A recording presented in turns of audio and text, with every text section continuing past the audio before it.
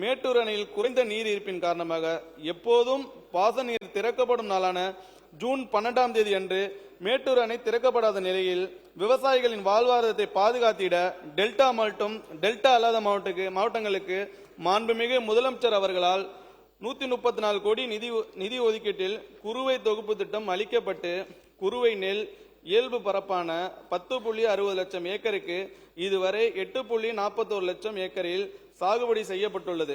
மேலும் பயிர் காப்பீட்டு திட்டத்தின் கீழ் அறிவிக்கை செய்யப்பட்ட மாவட்டங்களில் குறிப்பாக விதைப்பு செய்ய இயலாமை, விதைப்பு பொய்த்தல் ஆகிய இனங்கள் டெல்டா மாவட்டங்களில் அறிவிக்கை செய்யப்பட்டு பயிர் செய்ய இயலாத விவசாயிகள் மற்றும் பயிர் செய்து 30 நாட்களுக்குள் பாதிப்படைந்த பயிர்களுக்கு பயிர் காப்பீட்டு திட்ட விதிமுறைகளின்படி சராசரியாக ஹெக்டேர் ஒன்றிற்கு ரூபாய் 23,465 பெற்றுத்தர நடவடிக்கை எடுக்கப்படும். கடந்த ஆண்டில் குறுவை பருவத்தில் 2.77 லட்சம் ஏக்கர் மட்டுமே 1.05 லட்சம் விவசாயிகளால் காப்பீடு செய்யப்பட்ட நிலையில் நடப்பு ஆண்டில் 3.98 லட்சம் ஏக்கர் நெற்பயிர் 1.34 லட்சம் விவசாயிகளால் காப்பீடு செய்யப்பட்டுள்ளது என்பதை இம்மாமன்றத்தில் குறிப்பிட விரும்புகிறேன். இது தவிர பயிர் காப்பீட்டு திட்டத்திற்கு குறைவான நிதி ஒதுக்கீடு அளிக்கப்பட்டுள்ளதாக மாண்புமிகு உறுப்பினர்கள் சிலர் கவலை தெரிவித்தார்கள். இதை பொறுத்தவரை கடந்த ஆண்டுகளில் மேற்கொள்ளப்பட்ட செலவினத்தின் அடிப்படையிலேயே இந்த ஆண்டிற்கு 36 லட்சம் ஏக்கர் பரப்பினை காப்பீடு செய்யும் வகையில் 648 கோடியே 55 லட்சம் ரூபாய் ஒதுக்கீடு செய்யப்பட்டுள்ளது. 100% பயிர் காப்பீட்டினை கொள்கையாக கொண்டுள்ள இந்த அரசு விருப்பத்தின் பேரில் பதிவு செய்யும் அனைத்து விவசாயிகளையும் இத்திட்டத்தில் இணைப்பதற்கான நடவடிக்கைகள் மேற்கொள்வதோடு அதற்கு தேவையான கூடுதல் நிதி ஒதுக்கீடும் செய்யப்படும் என்பதை பேரவைத் தலைவர் வாயிலாக தெரிவித்துக் கொள்கிறேன். தற்போது எல்னினோ நிகழ்வால் மழை சீரற்ற நிலையில் பல மாவட்டங்களில் பெய்து வரும் நிலையில் சாகுபடி செய்யப்பட்ட பயிர்கள் சில மாவட்டங்களில் பாதிப்படைந்துள்ளன. இந்நிலையில் அனைத்து மாவட்டங்களிலும் மாவட்ட நிர்வாகத்தை பாதிக்கப்பட்ட பயிர் பரப்பலை கண்காணிக்க மாண்புமிகு முதலமைச்சர் அவர்கள் அறிவுறுத்தியுள்ளார்கள். அதன் அடிப்படையில் முதற்கட்டமாக 33% மற்றும் அதற்கு மேல் மகசூல் இழப்பு ஏற்படும் பாதிக்கப்பட்ட பரப்பை கணக்கெடுத்ததில் இதுவரை மொத்தம் 23,309 ஹெக்டேர் பயிர் பரப்பளவு பாதிப்படைந்துள்ளதாக மாவட்டங்களிலிருந்து விவரங்கள் பெறப்பட்டுள்ளன. இதில் நெற்பயிர் 5,463 ஹெக்டேரிலும் சிறுதானியங்கள் 5,970 ஹெக்டேரிலும் பயிர் வகைகள் 2,245 ஹெக்டேரிலும் எண்ணெய் வித்துகள் 8,700 ஹெக்டேரிலும் கரும்பு 753 ஹெக்டேரிலும் பருத்தி 17 ஹெக்டேரிலும் தோட்டக்கலை பயிர்கள் 161 ஹெக்டேரிலும் பாதிக்கப்பட்டுள்ளதாக தெரிவிக்கப்பட்டுள்ளது. இந்த கணக்கெடுப்பு தொடர்ந்து மேற்கொள்ளப்பட்டு மாநில பேரிடர் நிவாரண நிதியிலிருந்து நிவாரணம் அளிக்க அரசு உரிய நடவடிக்கை மேற்கொள்ளும் என தெரிவித்துக் கொள்கிறேன்.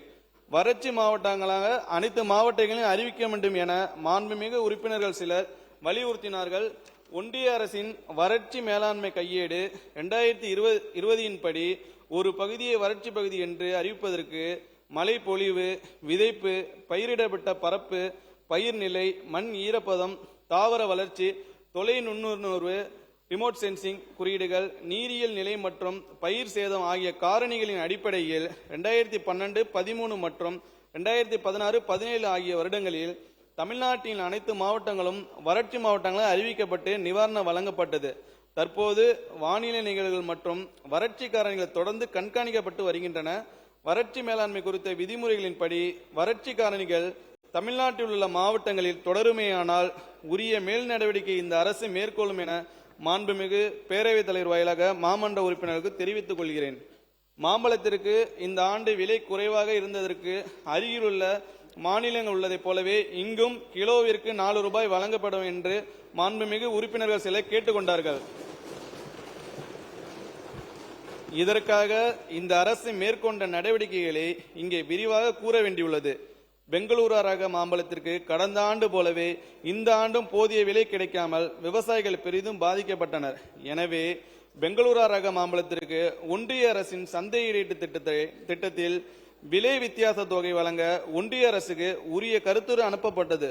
தொடர்ந்து ஒன்றிய வேளாண்மை மற்றும் உழவர் நலத்துறை அமைச்சர் அவர்கள் நடத்திய காணொலி வாயிலான கூட்டத்தில் கலந்து கொண்டு வலியுறுத்தியதன் அடிப்படையிலே முதல் முறையாக ஒப்புதல் பெறப்பட்டது. கடந்த ஆண்டு எவ்வளவு முயன்றும் ஒப்புதல் கிடைக்கவில்லை என்பதை இங்கே குறிப்பிட விரும்புகிறேன்.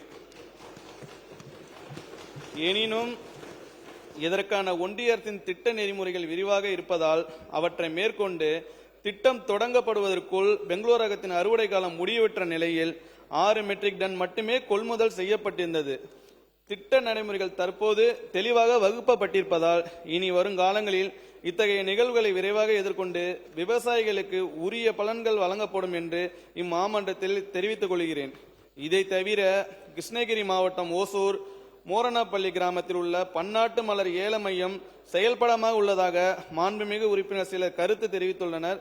இது தொடர்பாக விவரங்கள் பெறப்பட்ட போது மலர்களை வாங்குபவர்கள் 100% தொகையை முன்கூட்டியே செலுத்த வேண்டும் என்பதாலும் மலர் உற்பத்தியாளர்களுக்கு இடையிலான வங்கி கடன் தொடர்பு, நேரடி சந்தைப்படுத்துதல் போன்ற காரணங்களாலும் பண்ணை அளவில் மலர்களின் தரம் குறைவாக இருந்த காரணத்தாலும் மலர் வாங்குபவர்களின் பங்கேற்பு குறைந்துவிட்டதாக அறியப்பட்டது.